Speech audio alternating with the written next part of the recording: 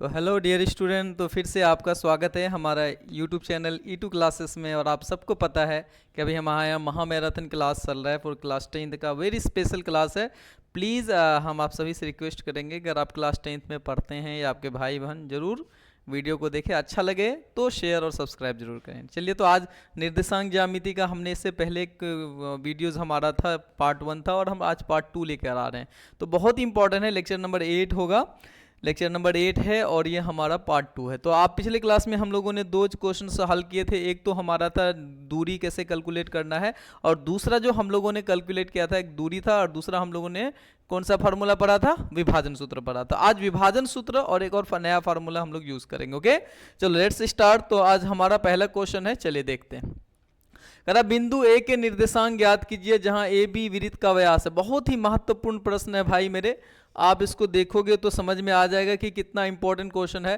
तो इसको हम लोग हल करेंगे। देखो बोला क्या है कि एक बिंदु ए का निर्देशांक ज्ञात कीजिए जहां ए बी एक वृत्त का व्यास है जिसका केंद्र 2। अब सबसे पहली बात तो आपके जहन में आया होगा, सर ये वृत्त क्या चीज है?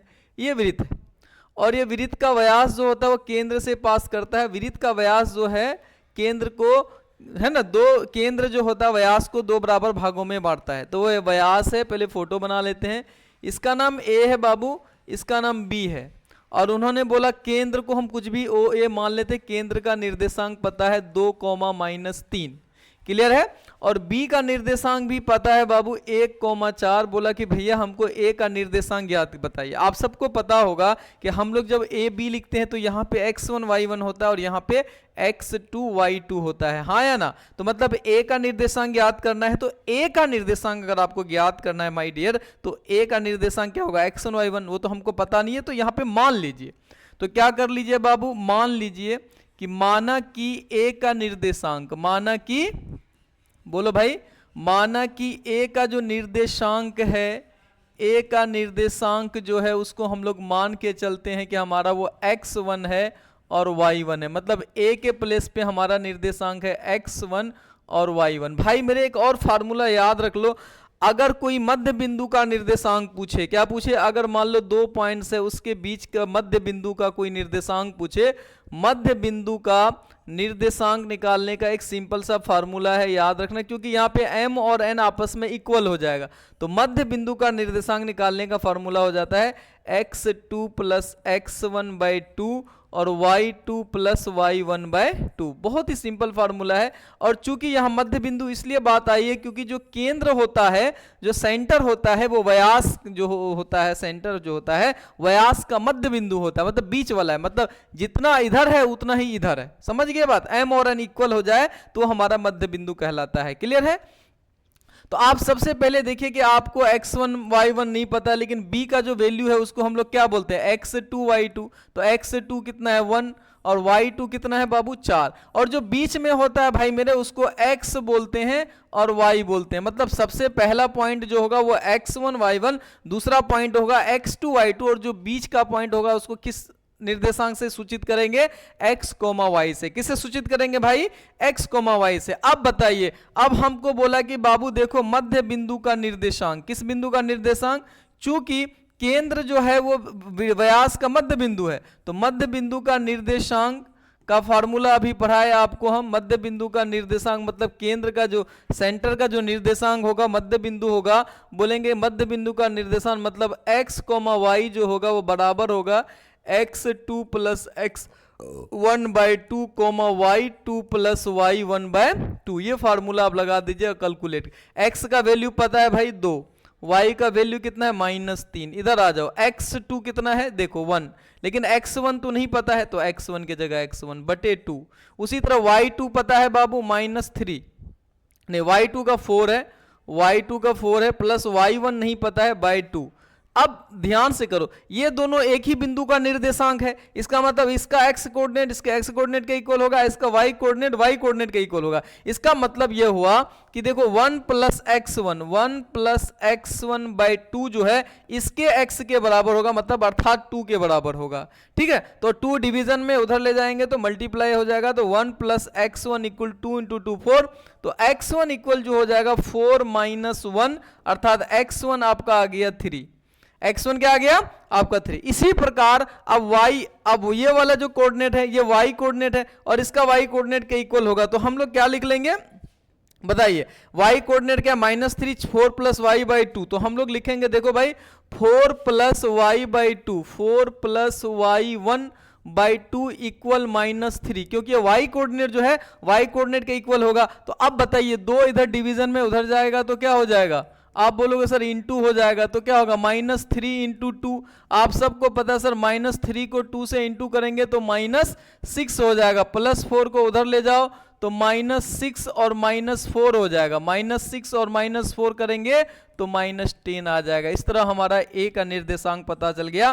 क्या a का निर्देशांक को हम लोगों ने क्या कैलकुलेट किया था, क्या माना था, x1 y1, तो आपको पता है x1 का भी वैल्यू निकल गया और y1 का भी वैल्यू, तो x1 कितना था, तो x1 का भी हम लोगों ने निकाला था भाई, तो x1 3 था, तो x1 के जगह 3 और y1 अभी कैलकुलेट किया -2। तो बहुत ही सिंपल क्वेश्चन और बहुत इंपॉर्टेंट क्वेश्चन। यहाँ पे मध्य बिंदु का ये इसलिए आया फॉर्मेशन क्योंकि हमको पता है कि जो वृत्त का केंद्र होगा वो मध्य बिंदु होता है किसका, व्यास का, इसलिए मध्य बिंदु का कंसेप्ट यहाँ पे लागू हुआ। ठीक है, चलिए अगले प्रश्न की ओर बढ़ते हैं। अगला प्रश्न हमारा देखेंगे वही है, यदि a और b क्रमशः है ना, ए बिंदु का निर्देशांक है, 2 बिंदु है, बोला कि देखो बाबू यहाँ पे 2 बिंदु है, एक लाइन है ए और बी, क्या है यहाँ पे, ये ए है और ये बी है, ये ए है और ये बी है, दोनों का निर्देशांक दिया हुआ है, बोला ए का निर्देशांक -2 बी का निर्देशांक 2, -4, हाँ या ना, तो हम पहले वो लिख लिए।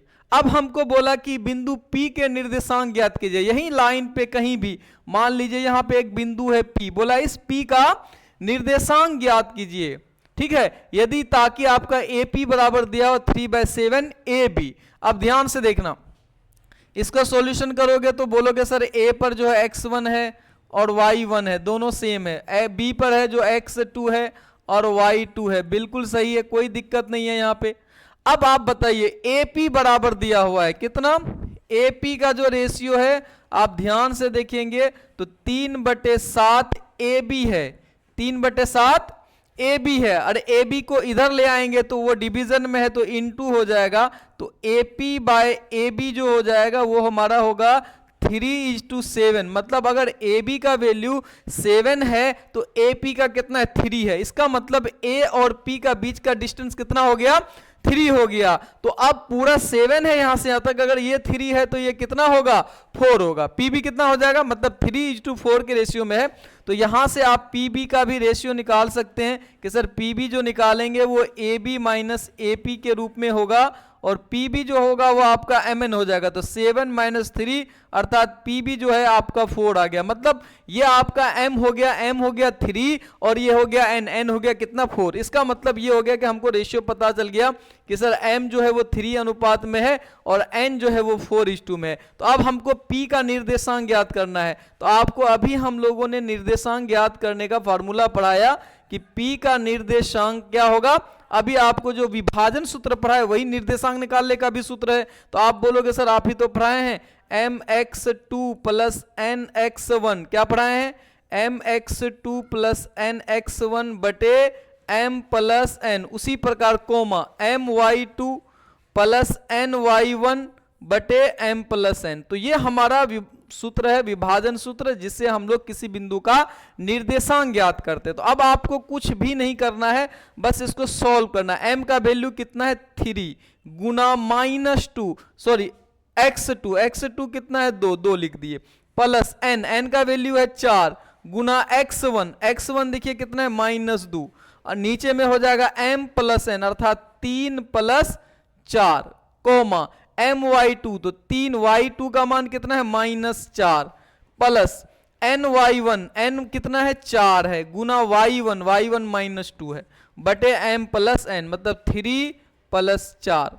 अब इसको हल करिएगा सर, तो 3 को 2 से गुना करेंगे 6, 4 को -2 से गुना करेंगे -8 बटे में 7 कोमा -4 तिया 12 -4 दूनी 8 बटे में 7।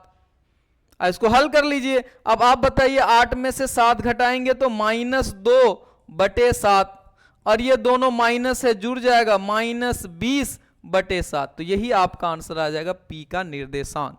तो किसी बिंदु का निर्देशांक ज्ञात करने के लिए हमको दो चीजों की आवश्यकता होती है। एक तो दोनों पॉइंट्स का कोऑर्डिनेट होना चाहिए x1 y1 x2 y2, उसके अलावा हमको रेशियो पता होना चाहिए m/n किस रेशियो में है। तो यहाँ AP और AB से हमको रेशियो आ गया और पॉइंट्स पहले से दिया था, तो P का निर्देशांक निकालने का फॉर्मूला लगा दिया और आपका कैलकुलेट कर लिया, आपका क्या आ गया, आंसर आ गया। समझ में आया बच्चे? बहुत अच्छी। देखो अगर कोई दिक्कत हो तो प्लीज कमेंट जरूर करें, क्योंकि हमें कैसे पता चलेगा कि आपको कहाँ पे प्रॉब्लम्स आ रही है। अगर जिस टॉपिक पे प्रॉब्लम्स आएगा तो हम कोशिश करेंगे हाउ टू उसको सॉल्व किया जाए, उसको दूर किया जा सके। तो प्लीज अपने सुझाव जरूर हमें भेजें, ठीक है। तो चलिए अगले प्रश्न की ओर हम बढ़ते हैं। ये जो प्रश्न है मोस्ट इंपॉर्टेंट क्वेश्चन, आप इसको कह लो कि एग्जाम्स में बिल्कुल आने वाला है, देयर इज कोई दिक्कत नहीं है, एकदम आना ही आना है। दो प्रश्न में अभी लिख पढ़ाऊंगा और दोनों बहुत ही महत्वपूर्ण और एग्जाम्स में पूछे जाने वाले प्रश्न हैं। क्या प्रश्न है? उस त्रिभुज का क्षेत्रफल ज्ञात कीजिए जिनके शीर्ष, देखो त्रिभुज में 3 शीर्ष होते हैं। क्या होते हैं? त्रिभुज में 3 शीर्ष होगा, 1 2 3। मान लीजिए कि ऐसा कोई त्रिभुज होगा जिसमें 3 शीर्ष होगा, कोई भी त्रिभुज होगा, त्रिभुज में हमेशा 3 शीर्ष होता है। ये जिसको आप लोग अंग्रेजी में वर्टेक्स बोलते हैं, इसको यहाँ पे शीर्ष बोला जाता है। ये ए और बी, इसको क्या कहेंगे? शीर्ष कहेंगे। 3 शीर्ष है मतलब 3 पॉइंट्स है, और 3 पॉइंट से हम लोग एक ट्रायंगल बना सकते हैं और तीनों का निर्देशांक पता है। मतलब आप कह सकते हो कि ए का निर्देशांक है 2,3 और बी का निर्देशांक कह सकते हो -1,0, सी का निर्देशांक कह सकते हैं 2,-4। तो बोला उस त्रिभुज का एरिया ज्ञात करिए जिसका निर्देशांक दिया हुआ हो। भाई अगर तीनों का निर्देशांक दिया हुआ है तो एरिया निकालने का एक फार्मूला है, और उसी फार्मूले को हम लोग यूज करके इसका एरिया निकाल लेंगे। तो सबसे पहले निर्देशांक, अब यहाँ पे 3 हो गया, पहले तो 2 हो रहा था, तो x1 y1 x2 y2, अब एक और हो गया तो x3 और y3 बोलेंगे, ठीक है। तो पहले वो लिख लीजिए आप। तो आप बोलोगे सर x1 की अगर आप बात करते हैं तो 2, आप किसी को भी x1 y1 बोल सकते हो, कोई दिक्कत नहीं है सर, ठीक है। x2 की बात करें तो सर -1, y2 की बात करें तो सर 0, इसी प्रकार x3 की बात करें तो 2 और y3 की बात करें तो -4। कई बच्चे इसको ऐसे भी करके लिखते हैं कि x1 एक तरफ y1 एक तरफ, कोई दिक्कत नहीं, आप जैसे मर्जी वैसे लिख लो। अब यहां पे मेन मसला है कि हम इसका एरिया कैसे निकालेंगे। तब त्रिभुज का क्षेत्रफल का एक फार्मूला है जो बच्चों को थोड़ा याद करने में दिक्कत होती है, लेकिन मैं आपको एक ट्रिक बता दूंगा जिससे ये बहुत जल्दी याद हो जाएगा। तो फार्मूला क्या है? x1 के साथ y2 माइनस y3, फिर प्लस x2 के साथ y3 माइनस y1, और फिर इस x3 के साथ होगा y1 माइनस y2। तो इसको हम लोगों ने एक फार्मूला बना दिया कि देखो x1 और x2 x3 एकदम सीरीज में है, सीरियली है, लेकिन y2 y3 में दिक्कत होता है। तो इसको याद रखना है कि 23, मतलब पहले 2 तब 3, इसको याद रखना है 31, 3 और 1, और इसको याद रखना है 1 2। तो हम लोग इसको सिंपली ये फार्मूला के रूप में याद कर लेते हैं 23 31 12, मतलब x1 के साथ 23, x2 के साथ 31 और x3 के साथ क्या होगा 12। तो x1 x3 याद नहीं करना, x1 आएगा फिर x2 आएगा x3 आएगा, लेकिन ये y का जो फॉर्मेशन है वो याद रखना है 23 31 12, मतलब 2 3 3 1 1 2, बस ये आप याद कर लो। आपका बिल्कुल सिंपल ये फॉर्मूला जीवन में नहीं भूलोगे। 23 31 12 मतलब y2 माइनस y3 3 1, मतलब 31, y3 minus y1 1 2, y1 minus y2। अब आपको क्या करना है, ये तो मैंने ट्रिक बताया, अब आपको क्या करना है, कुछ नहीं, ये एग्जाम में ट्रिक ऐसे लिखना नहीं है, मैंने याद करने के लिए यहाँ पे लिखा है, ठीक है। अब आप क्या करो कि वैल्यू पुट करते जाओ और सॉल्व करते जाओ। तो 1/2 ब्रैकेट ओपन है ना, x1 2, फिर bracket on bracket open, y2 तो 0 है, माइनस y3। अब देखिए अगर माइनस है, फिर से माइनस आ रहा है, तो आपको पहले बताया 2 माइनस एक साथ तो क्या हो जाता है, प्लस हो जाता है। y3 का 4 था तो यहाँ पे 0। अब प्लस x2 की बात करिए, x2 -1 है तो ब्रैकेट में घेर लीजिएगा, फिर y3 कितना है -4, और y1 कितना है 3, फिर x3 की बात करें 2, y1 कितना है भाई, y1 बोलोगे सर 3 है, और y2 कितना है 0। अब इसको कुछ नहीं करना, सॉल्व करते जाना है भैया, इसमें अब कुछ नहीं दिमाग लगाना है। 1/2, 2 0 में 4 जोड़िएगा बाबू 4, प्लस माइनस -1, और -4 -3 क्या हो जाएगा, -7 +2 और इधर क्या होगा, 3 में 0 घटाएंगे 3। अब सबको गुना कर लीजिए, जोड़ लीजिए, आपका आंसर आ जाएगा। इतना सिंपल है। 4 दूनी 8, माइनस माइनस प्लस, 7 एकम 7, 3 दूनी 6। अब सब जुड़ जाएगा, चूंकि सब प्लस में है, तो 8 7 15, 15 6 कितना हो गया, 21। तो इसको सॉल्व करोगे तो आंसर आएगा 21/2 वर्ग मात्रक। क्योंकि एरिया है, तो जब भी एरिया की बात होगी तो हम लोग आंसर में क्या लिखेंगे, वर्ग मात्रक। बताइए कितना सिंपल है, सिर्फ फार्मूला याद रखना है और वैल्यू पुट कर देना है, आपका आंसर आ जाएगा। और ये 100% मैं कह रहा हूं, इसकी गारंटी ले रहा हूं कि ये प्रश्न आपके एग्जाम्स में आ रहा है। क्या कर रहा है भाई, आ रहा है। क्या निकालने के लिए आ रहा है सर, त्रिभुज का क्षेत्रफल निकालने आएगा जब उसका कोऑर्डिनेट दिया हुआ है। उसका मतलब क्या दिया हुआ है, उसका शीर्ष का निर्देशांक दिया हुआ है। तो हमने कहा चलो एक से अगर नहीं समझ में आया तो इस तरह का एक क्वेश्चन हमने और ले लिया, ठीक है। तो चलिए अगला क्वेश्चन हम लोग देखते हैं। हमारा वही प्रश्न है, कुछ त्रिभुज का क्षेत्रफल ज्ञात कीजिए जिसके शीर्ष है। अब शीर्ष है तो आपको बताए शीर्ष को हम लोग क्या बोलेंगे, पहले को x1 बोलेंगे। अगर आप पिक्चर बनाना चाहो तो कोई दिक्कत नहीं, बना लो, कोई प्रॉब्लम नहीं है। x1 y1, x2 y2 है ना, दोनों पॉइंट्स हम लोगों ने लिख लिया। फिर x3 y3 भी लिख लेंगे। क्या लिख लेंगे, x3 y3 भी लिख लेंगे। तो आपको पता है कि एक ट्रायंगल है, ट्रायंगल में 3 शीर्ष होता है, ठीक है। ये a है, ये b है और ये c है। तो a का वैल्यू कितना है सर, -5 है और -1 है ना। b के जगह पे क्या लिख सकते हैं, 3, -5 और c के जगह लिख सकते हैं 5, 2। अब बस कुछ नहीं करना है, एरिया ऑफ ट्रायंगल निकालना है। तो हमारे पास वो फार्मूला है त्रिभुज का क्षेत्रफल का। तो बताओ क्या फार्मूला बताए कि सर आप बताए हैं याद करने के लिए 23, 31, 12। तो देखो हम 1/2 ले लिए। अब x1 जाएगा रेंडम, उसके बाद क्या आएगा 23, 23 का मतलब 2 और 3। उसके बाद फिर x2 जाएगा, x2 के साथ क्या आ जाएगा 31, मतलब 3 और 1। उसके बाद क्या आएगा x3 आएगा, x3 के साथ क्या आ जाएगा 1 2, मतलब 12, 1 2। बस अब इतना फार्मूला तो याद अगर नहीं कर पाओ तो बताओ क्या करोगे। अब क्लास 10th में अगर ये भी नहीं याद होगा कि 23, 31, 12, तो फिर हम लोग क्या करेंगे। अब कुछ नहीं करना, nothing you have to do, only you have to put the value. आपको क्या करना है, वैल्यू को पुट करना है, वैल्यू का मान रख देना है, सॉल्व कर लेना, आंसर आ जाएगा। बहुत सिंपल है यार, mathematics is very easy. But आपको इसलिए डिफिकल्ट लग रहा है कि आपने कभी उस तरह से समझने का प्रयास इसको किया ही नहीं है, कि नहीं। तो चलिए आप करते हैं, एकदम बिल्कुल होगा, हमने गारंटी ली है 90%, तो 90% आएगा, उससे कम की कोई बात नहीं। तो x1 कितना है भाई, -5, ब्रैकेट ओपन, y2 कितना है -5, y3 कितना है 2, x2 कितना है 3, y3 कितना है 2, y1 माइनस में, तो माइनस माइनस प्लस 1 हो जाएगा। x3 कितना है भैया 5, y1 कितना है बाबू -1, y2 कितना है बाबू -5, तो माइनस माइनस फिर +5 हो जाएगा। फिर ब्रैकेट बंद कर दीजिए आप। अब कुछ करना है नहीं करना है, वैल्यू रख दिए, अब आपको हल कर लेना है। तो आप बोलोगे कैसे हल करेंगे सर, कई बच्चे यहां भी कंफ्यूज करते हैं भैया। अब ये देखो -5 - 2 कितना हो जाएगा -7। अब ब्रैकेट में ही रख लो या गुना में रख लो, 2 और 1 जोड़ेंगे तो कितना 3। अब 5 में से 1 घटाएंगे कितना 4। ब्रैकेट का मतलब गुना होता है भैया। तो आप सबको पता है सर, -5 को -7 से गुना करेंगे +35, और ये 3 तिया 9, 5 चौके 20, गुना कर लीजिए, कोई दिक्कत। आप सबको ऐड कर लीजिए, क्या कर लीजिए, जोड़ लीजिए। तो आपका कैलकुलेट करके क्या आएगा 1/2 तो ऑलरेडी पहले से है, इसको जोड़ोगे तो 9 5 14 के 4 हासिल बच गया, 1 2 1 3 3 3 6, मतलब 64 आया।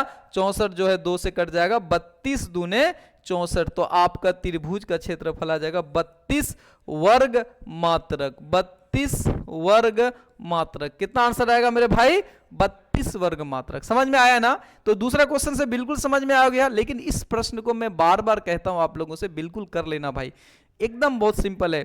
23 31 12 का फॉर्मूला लगाना है और इसको हल कर लेना। ओके चलिए अगले प्रश्न की ओर बढ़ें। ये भी वही है, यही प्रश्न है, थोड़ा सा बदलाव करके आया है। चलो आगे देखते हैं। तो आज का हमारा ये अगला प्रश्न है जो आखिरी प्रश्न है, और बहुत ही मतलब कह दो कि अगर उससे थोड़ा सा, ये 19 है था, ये 20 है, क्योंकि के का वैल्यू निकालने बोलेगा। अब क्या है, यहां पे भी तुम हल करोगे तो देखोगे कि एक त्रिभुज के 3 शीर्ष दिए हुए, कह के का मान ज्ञात कीजिए ताकि तीनों बिंदु संरेखी हो। संरेखी को अंग्रेजी में कूलीनियर बोलते हैं। कूलीनियर का मतलब, संरेखी का मतलब होता है कि तीनों बिंदु से सिर्फ एक ही लाइन पास कर पाए। मतलब 3 बिंदु से त्रिभुज बनता है, लेकिन जब तीनों बिंदु एक ही लाइन में आ जाए तो फिर वो क्या त्रिभुज नहीं बना सकता है, तब उसको हम लोग बोलते हैं संरेखी। क्या बोलेंगे बाबू? तब जब संरेखी होगा तो त्रिभुज नहीं बनेगा, जब त्रिभुज नहीं बनेगा एरिया पूछेगा तो त्रिभुज का क्षेत्रफल 0 होगा। मतलब जब भी संरेखी की बात करेंगे तो बोलेंगे सर एरिया ऑफ ट्रायंगल क्या होगा? 0 होगा। क्लियर? एरिया ऑफ ट्रायंगल 0 कब होगा? जब बिंदु संरेखी होगा। तो चलिए बिंदु दिया हुआ है, तो पहला x1 कितना है? 7, y1 -2, x2 5, y2 1, x3 3, y3 k। तो ये आपके पास है पॉइंट्स। अब प्रश्न क्या बोला? बिंदु संरेखी हैं, तो हम बोलेंगे सर बिंदु संरेखी की बात अगर आप कह रहे हैं तब त्रिभुज का जो क्षेत्रफल होगा वो बराबर क्या होगा? 0, क्योंकि संरेखी मतलब ही हो गया area of triangle equal to 0। अब आप क्या करो, एरिया ऑफ ट्रायंगल लगा दो। अभी पढ़ाए सर 1/2 x1 के साथ 23, तो y2 - y3 प्लस x2 के साथ 31, तो y3 - y1 प्लस x3 के साथ क्या? y1 - y2 bracket open is equal to 0। क्योंकि बोला संरेखी है इसलिए इक्वल टू हमको क्या लिखना पड़ेगा? 0 लिखना पड़ेगा। लिख दिए? अब आप एक बात बताइए, अब सारा वैल्यूज आपके पास है, पुट करते जाइए। इधर अगर कुछ लिखना है तो ये लिख सकते हैं, ठीक है? चलो तो 1/2 लिख लेते हैं भाई। x1 कितना है बाबू? 7, y2 कितना है बाबू? 1, माइनस y3 क्या है बाबू? k, x2 क्या है बाबू? 5, y3 क्या है? k, माइनस y1, तो y1 माइनस में फिर ये माइनस में, तो +2 हो गया। फिर x3 की बात करें 3, y1 - 2 और y3 और y1 - y2, तो y2 कितना है? 1 इक्वल टू 0। ठीक है? अब इसको सॉल्व करते जाना है, कुछ नहीं करना है भैया, इसको हल करते जाना है। 1/2। अब ध्यान से देखिए, अब ये 7, ये k और 1 तो घटेगा नहीं, तो ये 7 दोनों से गुना होगा। 7 को 1 से गुना करोगे 7, और 7 को -k से गुना करोगे -7k। सेम उसी तरह 5 को k से गुना करेंगे 5k, और 5 को 2 से, दोनों से गुना होता है, 5 दूनी 10। और यहां पे तुम देखोगे सर 3 और -2 और -1, ये हो जाएगा आपका -3, तो यहां पे आपका गुना हो जाएगा इक्वल टू 0। आप इसको हल करते जाएंगे तो अब आप क्या आ जाएगा? फाइनल रिजल्ट आपका आएगा 1/2। तो अब देखो 7 और 10 दोनों जोड़ में है तो जुड़ जाएगा, कितना हो जाएगा? 17। 7 के में 5 के घट जाएगा तो -2 के, क्योंकि के बड़ा है, और 3 तिया 9, ये हो गया -9, अब बराबर 0। अब एक बात बताओ भाई, 2 इधर भाग में है, इधर ले आएंगे तो 0 हो जाएगा। इसका मतलब आपका क्या बच गया? 17। आपका बच गया 17 -2 के और -9 बराबर 0 गुना 2 कैंसिल हो जाएगा। 17 में 9 घटाएंगे 8, -2 के बराबर 0। अब हमको निकालना क्या है? के। तो अब क्या करो बाबू, 8 को इधर ले आओ, तो +8 है तो इस साइड आएगा तो -8 हो जाएगा। इसलिए के बराबर क्या होगा? -8 बटे -2, तो माइनस कैंसिल, 4 दूनी 8। तो यह दोनों प्रश्न भैया के इक्वल टू 4, ये तुम्हारा हो गया आंसर। ये दोनों प्रश्न आप कह दो कोऑर्डिनेट ज्योमेट्री का, निर्देशांक ज्यामिति का मोस्ट इंपॉर्टेंट क्वेश्चन है। एक तो भैया त्रिभुज का क्षेत्रफल कैसे निकालना है, दूसरा अगर बिंदु संरेखी हो तो के का मान। बिंदु संरेखी मतलब त्रिभुज का क्षेत्रफल बराबर 0, और संरेखी का मतलब समझा दिए, यदि 3 पॉइंट से होकर सिर्फ एक लाइन गुजरे, एक लाइन खींची जा सके, तो ऐसे बिंदु को संरेखी बोलेंगे। जब संरेखी होगा तो त्रिभुज नहीं बनेगा, जब त्रिभुज नहीं बनेगा तो एरिया हमारा 0 हो जाएगा। तो जब भी संरेखी की बात करेंगे त्रिभुज का क्षेत्रफल बराबर 0, और बिल्कुल वही 23, 31, 12 का फॉर्मूला लगा के हल करेंगे और आपका रिजल्ट आ जाएगा। तो thank you so much my dear. I hope कि अब आप लोगों को समझ में आ रहा होगा कि मैथ्स कितना मज़ेदार है। प्लीज़ तो हमारे चैनल को सब्सक्राइब करें, लाइक करें और ज़रूर शेयर करें जहाँ तक हो सके। तो धन्यवाद हमारा वीडियो देखने के लिए।